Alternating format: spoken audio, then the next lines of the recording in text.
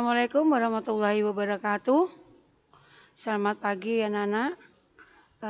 Gimana pada pagi hari ini untuk materi bimbingan konseling kelas 11? Kemarin sudah Bu Sita memberi materi tentang kenakalan remaja. Pada pagi hari ini saya Bu Farida memberi materi tentang informasi bahaya narkoba. Sebelum menginjak ke materi berikutnya, kalian ingin tahu apa sih sebenarnya narkoba? Nah, di sini Ibu akan menjelaskan tentang narkoba, ya. Pengertian narkoba. Nah, nanti sebelum ke materi berikutnya, terlebih dahulu Ibu akan mengupas dulu sebentar, ya, untuk memberi semangat pada kalian. Di sini harus tahu, ya, siswa-siswi memiliki pemahaman tentang jenis dan bentuk narkoba dengan benar, dapat memahami dampak dari mengkonsumsi narkoba serta memiliki perasaan positif untuk mencegah dampak negatif narkoba. Nah, setelah ini, sekarang Ibu akan memberi persepsi dulu sebelum memberi pengertian tentang narkoba sebenarnya. Masalah penyalahgunaan dan peredaran global narkoba saat ini sudah menjadi persoalan global yang melanda di semua wilayah maupun di negara di seluruh dunia. Di Indonesia sendiri penyalahgunaan narkoba ini telah mencapai tahapan yang sangat mengkhawatirkan. Narkoba tak lagi memandang usia, mulai dari anak-anak, remaja, orang dewasa, hingga orang tua pun.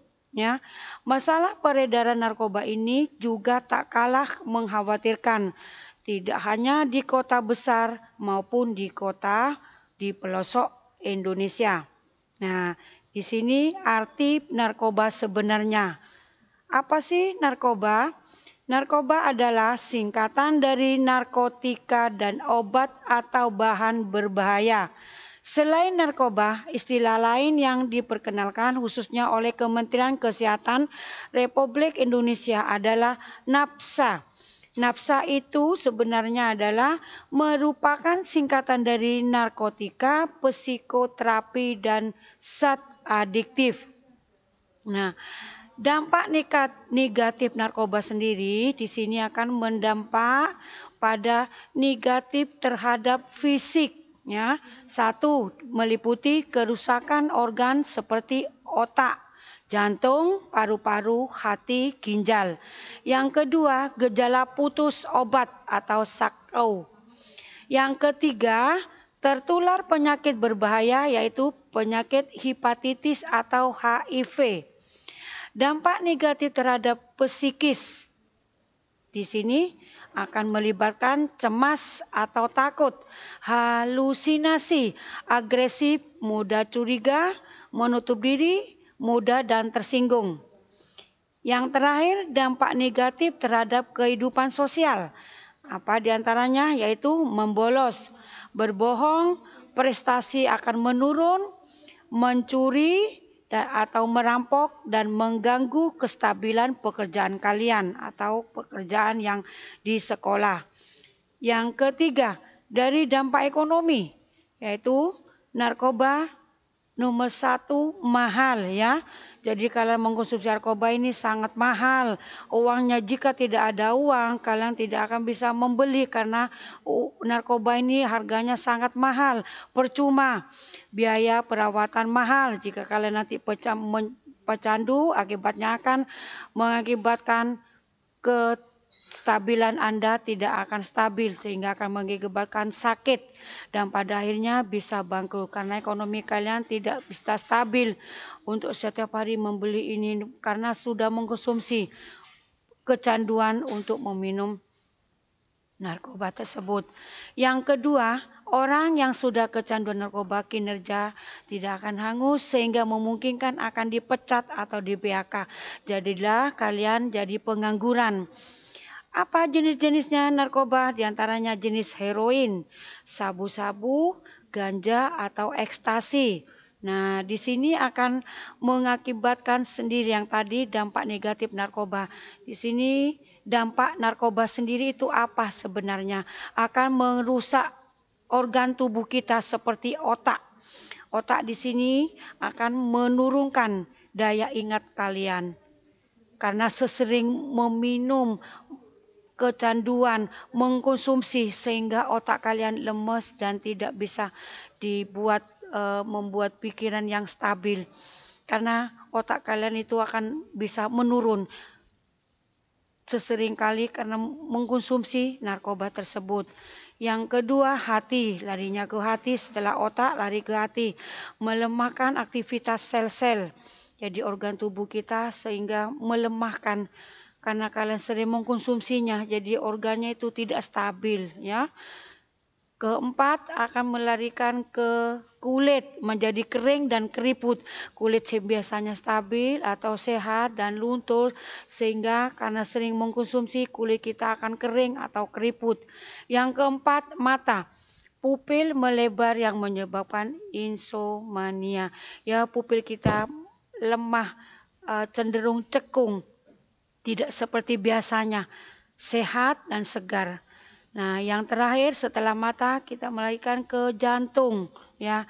Jantung menyebabkan pecahnya pembuluh darah karena sesering kali mengkonsumsi jadi pembuluh darah itu kalian akan sehingga pecah karena tersumbat pembuluh darahnya. Ya, yang terakhir pencernaan. Nah, organ pencernaan ini sebiasanya stabil, bisa makan, bisa mengincipi dan lain sebagainya. Karena pencernaan kita tidak stabil sehingga kamu sering mengkonsumsinya. Akhirnya lari ke pencernaan, daya tubuh kita akan mudah sakit atau menurun. Karena sesering kali sehingga kamu mengkonsumsi, ya. Jadi narkoba itu tidak baik untuk mengkonsumsi anak-anak, ya. Nomor satu dari faktor ekonomi, kedua kamu sehingga stamina tubuh kita akan menurun. Cara mengatasi bahaya narkoba di sini ada 3 poin, ya. 1, dari lingkungan keluarga. Nah, di sini harus dijelaskan apa sih di lingkungan keluarga ini. Berikan kasih sayang dan perhatian, tanamkan norma dan nilai moral sejak dini.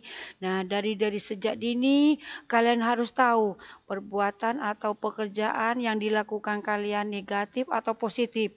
Sehingga kalian bisa nanti memperkirakan, oh ini pekerjaan sing negatif, ini pekerjaan yang sesuai dengan saya yang negatif atau positif, ya.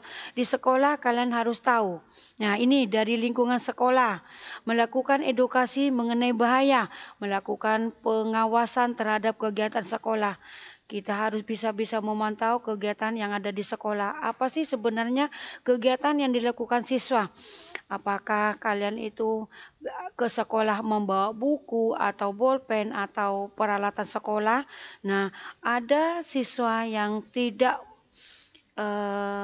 artinya tidak fokus ke sekolah, akhirnya dia yang dibawa apa? Karena sesering kali membawa atau mengkonsumsi. Akhirnya kalian akan membawa ke sekolah yang dibawa apa? Yang dibawa masalah ini, narkoba atau sabu-sabu atau pil. Kadang banyak ada yang di tas itu sekolah yang ini membawa korek api atau rokok. Nah, akhirnya nanti melibatkan yang tidak baik. Setelah kalian membawa rokok, korek, akhirnya nanti melarikan ke yang tidak baik. Karena mengkonsumsi rokok itu juga tidak baik. Karena sesering kali sehingga nanti pikirannya kalian wis karu-karuan, ya. Jadi kalian untuk sedini usahakan boleh merokok tapi jangan di sekolah. Yang ketiga, di lingkungan masyarakat, laporkan kepada pihak yang berwajib jika menemukan hal yang mencurigakan tentang pengedaran dan penggunanya. Kalian harus melaporkan jika tetangganya mengkonsumsi atau gerak-gerik kalian yang tidak baik, segera melaporkan. Karena ini merusak lingkungan kalian, ya.